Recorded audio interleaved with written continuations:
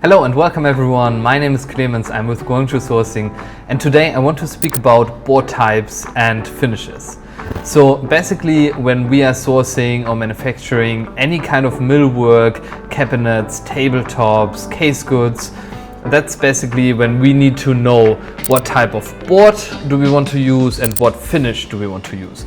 Board types are basically the core of the board, and the finish is what you see and what you can feel. So there's for both different options out there, and today I want to look into what can we use, just to show you a little bit what are the options, what is a budget friendly option, what's a more expensive option, what's good quality, what is lower quality. So the most expensive and probably somewhat nicest option for a board type is solid wood. Solid wood is often very expensive because it's solid wood. It's not an engineered option. I brought a sample here. Solid wood, you can see, it's just, you might know it, solid wood, right?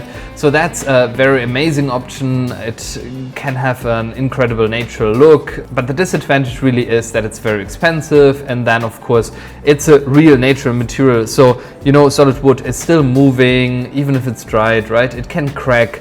So this is all things that don't make solid wood the most common material in the furniture industry. A lot of factories rather like to work with some kind of engineered board types, which directly brings us to the next material or board type on our list, which is plywood. So plywood looks like this. It's basically built up by different thin layers of veneer or solid wood, which are basically laid not into the same direction, but in the opposite direction, which makes it incredibly strong. So it's a material that is often much stronger than solid wood, and it doesn't move at all. It's basically the best board type on our list in terms of quality, but it's also more expensive than other board types that I'm going to speak about in a moment. If you don't have a budget, it's definitely the option you want to go with. It comes in different grades, so that's important to mention. So plywood is not just plywood, so there are different grades of plywood. Grades define a little bit how good the surface of the plywood is looking. Next on the list is MDF. MDF looks like this. It's a lot of small wood fibers, wax and resin that are being pressed together.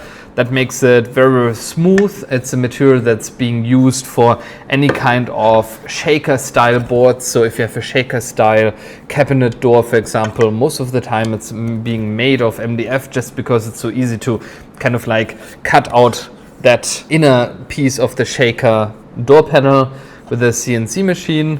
And it's a very commonly used material. Advantage is that it's not very expensive.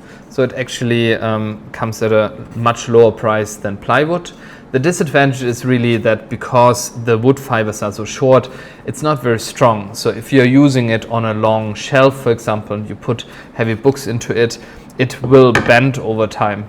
Another disadvantage is that it really isn't good with water. So if you have a humid environment or it's being in contact with water, it will kind of like soak up that water and pop up, which is really not great. Next on the list is chipboard or particle board. It's basically small wooden chips with resin being glued together and pressed together. It's concept-wise very similar to MDF if you want, and it has also similar attributes. It's quite cheap, so it's a quite budget-friendly material, but it's also not good with water. So again, that's something that's more on the budget side. So something you might have heard before is melamine faced chipboard, MFC. So that's basically chipboard with a melamine finish. So I'm going to speak about melamine in a moment when I speak about the finishes. So this is something you will find on a lot of furniture pieces from bigger retailers that are offering rather budget pieces. All right, so let's look at finishes.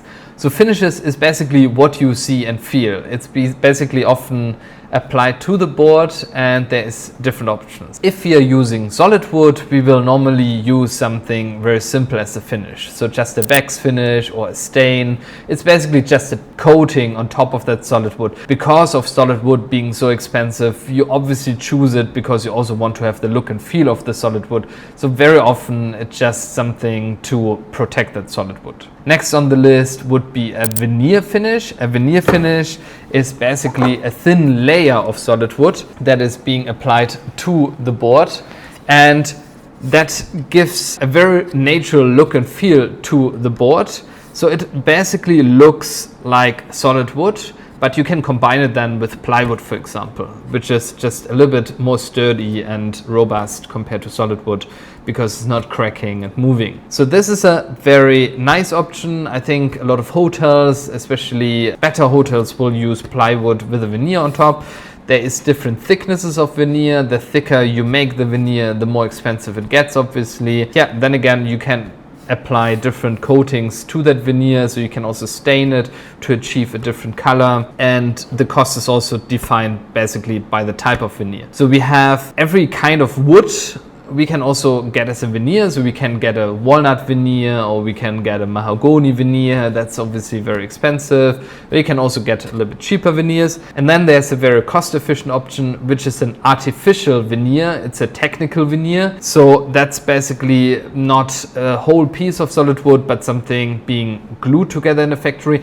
But I still would argue it looks often very, very good, and it's something that still gives you the look and feel of a solid wood while being still a bit cheaper than most of the natural veneers. So next on the list is a paint finish. So a paint finish is just a paint basically being applied to the board. It can come in any kind of color, really. I'm a big fan of paint finishes just because if there is a problem, so you get a scratch or something else, you can fix it easily by overpainting it. But it's also not very cheap, because a paint finish is normally applied by hand, so they will apply at first different primers and then the paint finish, which makes the process long and costly. So next on the list is HPL. HPL stands for high pressure laminate. It's a laminate that is being applied to the board under high pressure, so it's actually very sturdy. Again, it's not easy to disconnect from the board. It's scratch resistant. It has a lot of very good attributes, and it comes in hundreds of different finishes. So you can get it in solid colors, in wood finishes, in stone look finishes. So this makes it super, super interesting. It's a material that's very often used in kitchens and other types of case goods. So definitely something that is good to know. All right, so next on the list is melamine. Melamine is basically a thin printed paper layer with a resin layer on top that is being glued to the board. It's less sturdy than HPL really, but it has come a long way in the last couple of years. So I would say the difference between melamine and HPL isn't that big anymore. The big disadvantage for melamine and HPL as well is that we have on the edges of the board always a PVC edging, which just never really looks that great. I would argue that even the factory is trying to match the PVC edging to have the same color and pattern as the melamine or HPL. It's never exactly the same, so it's something that makes it very obvious, and yeah, it's not necessarily a great detail. But I would still argue melamine is a great material, especially for budget projects. So this is definitely something I like personally to work with, and it has a lot of different variations. So you can get it as different wood colors, you can get it as solid colors, you can get it in stone patterns. So it's quite amazing how creative you can be with melamine. Next on the list is a PVC finish. A PVC is, I would argue, a little bit less common than melamine. It has very similar attributes. So when you see it in a factory, it's basically a PVC paper. It's a little bit like a plastic paper, and it's being put over the board, and then there's a big machine that's heating it up and putting it into that shape. So PVC is most of the time used for shaker style doors, just because melamine cannot be used there. So that's something you see a lot when you don't have a paint finish on a shaker door, but then PVC is a little bit more cost efficient. So PVC is also something that's good to use. Last but not least, I want to speak about compact laminate. Compact laminate is a quite special type of material. As you can see, it has a black core. It's something that actually comes not as a finish alone, but as a board type. It's maximum 12 millimeters thick. It's a lot of thin layers of resin papers that are basically glued and pressed together under heat, and that makes it incredible sturdy and strong and heavy. So this stuff is really heavy, and this is the best material to be used when your product is in contact with water. So compact laminate is very often used for lockers in gyms or in public swimming pools. You can see it on outdoor tabletops. You can see it also on benches. So this is super nice on outdoor furniture and everywhere where your product is really in contact with water. But it's also quite expensive. So yeah, it's not really being used else. All right, so this was my overview about board types and finishes. Of course, there is other finishes and other board types out there, I'm sure. But I just wanted to give a quick overview of like what is most common, what are we using here. And yeah, I hope you liked that. Now let's answer quickly the question, what is the best to use? It's not a simple question and I don't have a simple answer for this.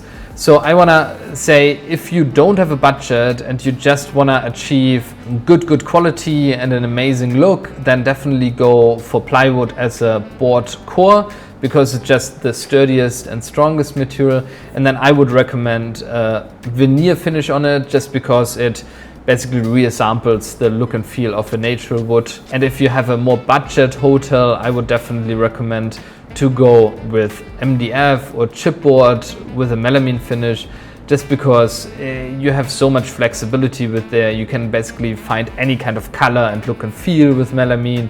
And MDF and chipboard are really cost efficient materials for the board. So that makes it basically the best option for me for budget projects. So that's all from today's video. If you liked it, feel free to subscribe. If you are looking to source some millwork in China, you can reach out to us. Just write us an email or give us a call.